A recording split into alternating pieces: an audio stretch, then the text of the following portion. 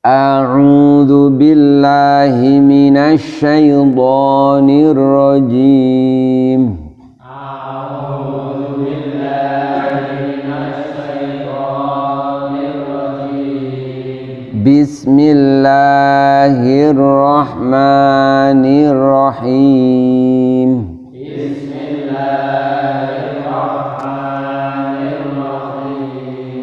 Wa in azamut talaqa fa innallaha sami'un alim.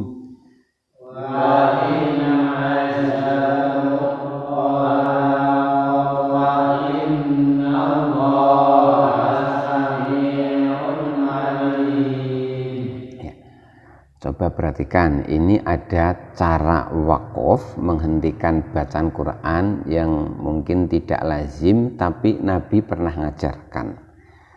Yang pertama, wakaf itu biasanya kan iskan. Iskan itu hanya dengan mensukun huruf terakhir. Jadi huruf apapun harokatnya diganti sukun. Alimun menjadi alim. Nah, ternyata Nabi juga mengajarkan cara wakaf yang lain. Bukan iskan tapi namanya ismam. Ismam itu wakaf dengan mensukun huruf terakhir dan ditambah isyarat dhammah. Isyarat dhammah itu bibirnya mencucu. Ini kalau huruf terakhirnya berharokat dhammah atau dhammatain. Dengan perhatikan saya. Jadi ismam itu wakaf setelah mensukun huruf terakhir lalu diiringi dengan isyarat dhammah. Isyarat dhammah tadi al-madmumu la tatimmu illa bidhammi syafatain. Dhammah itu tidak sempurna kecuali bibirnya mencucu. Kemudian perhatikan. Wa in azamut talaqa fa innallaha sami'un alim. Ya, 1, 2, 3. Wa in azamut talaqa fa innallaha sami'un alim. Ya, sekali lagi ya, perhatikan yang terakhir. Lihat saya, sami'un alim. Ya. Sami'un alim. Ya. Kemudian pertama, berikutnya tadi tentang nun sukun ketemu ain. Wa in azamu. Itu namanya kaidahnya idhar halki. Nun sukun bertemu dengan huruf yang makhrajnya di halki tenggorokan. Ain termasuk. Maka nunnya itu bunyinya harus jelas. Tetapi walaupun jelas itu yang harus diperhatikan bahwa bunyinya nun itu jangan diputus. Begini, contoh yang diputus nih. Wa in, alirkan. Wa in azamut, begitu. Jadi bunyi nunnya tidak diputus, tidak ditahan tapi dialirkan. Begitupun juga tanwinnya pada sami'un itu juga jangan dibaca begini, sami'un alim, alirkan, lepaskan suaranya. In dan sami'un, perhatikan.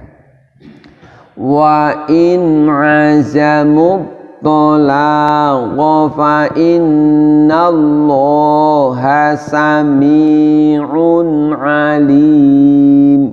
Coba.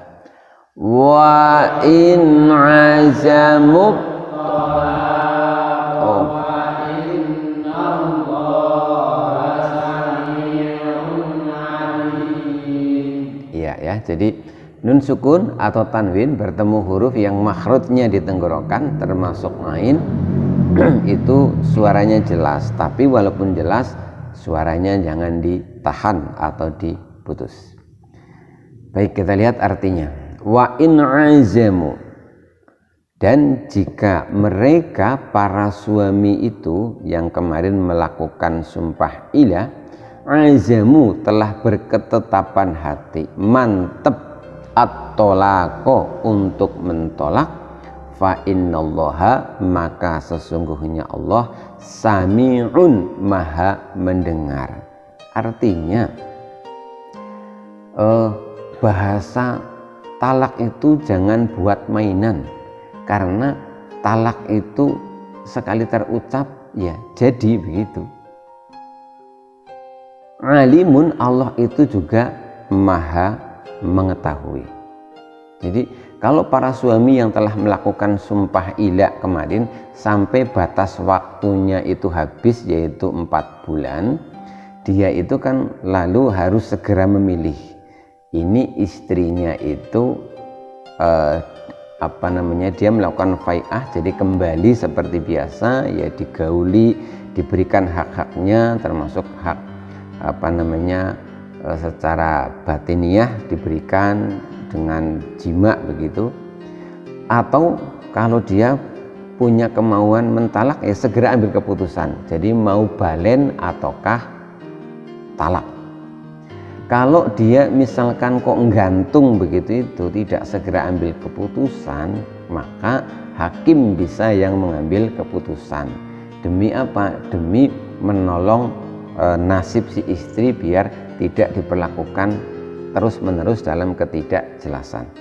Kalau talaknya itu dia pilih talak, maka talaknya itulah talak raj'i.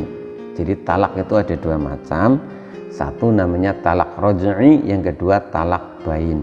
Talak raj'i itu adalah talak yang suami masih bisa rujuk balik lagi. Itu talak 1 dan talak 2. Sedangkan talak bain itu adalah talak 3, di mana suami sudah tidak bisa balik lagi ke istri, kecuali istri ini sudah menikah dengan orang lain, lalu orang lainnya itu tanpa rekayasa dia menceraikan istrinya, maka suami pertama bisa balik lagi. Itu kalau sudah kadung talak 3. Jadi makanya bahasa talak ini benar-benar harus hati-hati, jangan emosi kayak apapun itu jangan sampai keluar, karena kalau sampai keluar itu resikonya berat ya. Talak 1, talak 2 namanya raj'i, masih bisa rujuk balik. Kalau talak 3 sudah tidak bisa, kecuali tadi istri menikah dengan orang lain kemudian mentalak, maka suaminya tadi bisa kembali lagi kalau istri itu mau. Nah, bagi orang yang sudah azam, mungkin dia merasa ya ini bercerai ini sudah satu-satunya solusi seperti itu, ya sudah, ya Allah maha mendengar. Artinya kalau memang itu kemauan suami, ya jadi talak begitu. Tetapi Allah juga maha mengetahui. Artinya ada kebaikan-kebaikan dalam rumah tangga yang seharusnya itu dipertahankan. Kalau memang pilihannya tetap kepada tolak, ya itu sudah jadi takdir Allah, mudah-mudahan akan mendapatkan yang lebih baik. Tapi ingat kemarin bahwa talak itu adalah perbuatan halal yang dibenci oleh Allah. Nah, ayat ini itu juga ada sebuah kisah yang mengiringi ini, bahwa sahabat Umar ini kalau malam hari, terutama ketika dia jadi khalifah, itu kan dia memang sering keluar rumah, keliling begitulah, keliling untuk mengontrol rakyatnya. Barangkali rakyatnya itu ada yang susah gitu. Pada suatu ketika, pada suatu malam itu dia lewat di sebuah rumah. Rumahnya itu tertutup, tapi terdengar seorang wanita itu sedang mudarasa lah kalau kita itu, berkeluh kesah. Berkeluh kesahnya itu begini bahasanya: malam berlalu dan tiada suamiku yang mendampingiku. Aku kesepian dalam malam-malam ini. Andaikan bukan karena aku takut kepada Allah Subhanahu wa Ta'ala, andaikan bukan karena aku takut dengan azab Allah, maka aku mungkin sudah berbuat sesuatu yang tidak benar. Demi menjaga kehormatan suamiku, aku terima diperlakukan suamiku seperti ini. Artinya apa? Dia berkeluh kesah karena dia ditinggal suaminya lama. Nah, mendengar wanita itu berkeluh kesah seperti itu, lalu Umar ini memanggil anak perempuan yang namanya Hafsah. Hafsah, kamu kan perempuan. Saya tanya kepadamu, seorang wanita itu kuat-kuatnya wong wadon, kuat-kuatnya wanita itu tidak dikumpuli, tidak disetubuhi oleh suaminya, kuat ngengken itu berapa lama gitu. Kata Hafsah, ya 4 bulan Pak, maksimal itu 6 bulan gitu. Nah, dengan cerita Hafsah itu, maka Umar kemudian sejak saat itu membuat peraturan bahwa prajuritnya yang dikirim ke medan perang sehingga harus meninggalkan istrinya tetap diatur tidak melebihi batas waktu 4 bulan. Demi apa? Kasihan dengan para istri.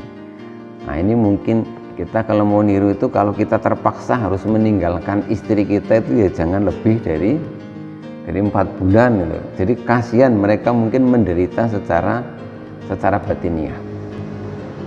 Jadi itu ada cerita yang berkaitan dengan ayat ini tadi adalah sahabat Umar tadi. Jadi sekali lagi bahwa kalau orang melakukan sumpah ilah seperti dijelaskan kemarin, bersumpah demi Allah tidak akan mensetubuhi istrinya, maka dia misalkan dia menyatakan sampai 4 bulan, maka dia diberi waktu setelah itu kesempatan untuk segera pilih apakah dia akan kembali lagi ataukah dia akan menceraikannya. Kalau dia tidak segera ambil keputusan, maka hakimlah yang akan mengambil keputusan. Kalau dia keputusannya adalah mau mentalak, ya jatuhlah talak itu. Tapi talaknya adalah tadi talak raj'i, yaitu talak di mana dia masih bisa balen dengan istrinya. Tapi sekali lagi, talak itu perbuatan halal yang sangat dibenci oleh Allah. Jadi kalau bisa, pokoknya jangan sampai kita mentalak istri kita. Ya, itu saja tentang surat Al-Baqarah ayat 227. Besok ini tentang berikutnya ayat 228, besok tentang wanita yang telah ditalak, utamanya tentang masa iddahnya. Iddah itu adalah masa menunggu untuk seorang wanita yang ditalak boleh menikah, boleh dilamar oleh pria yang lain. Insya Allah kita lanjutkan besok. Terima kasih. Assalamualaikum warahmatullahi wabarakatuh.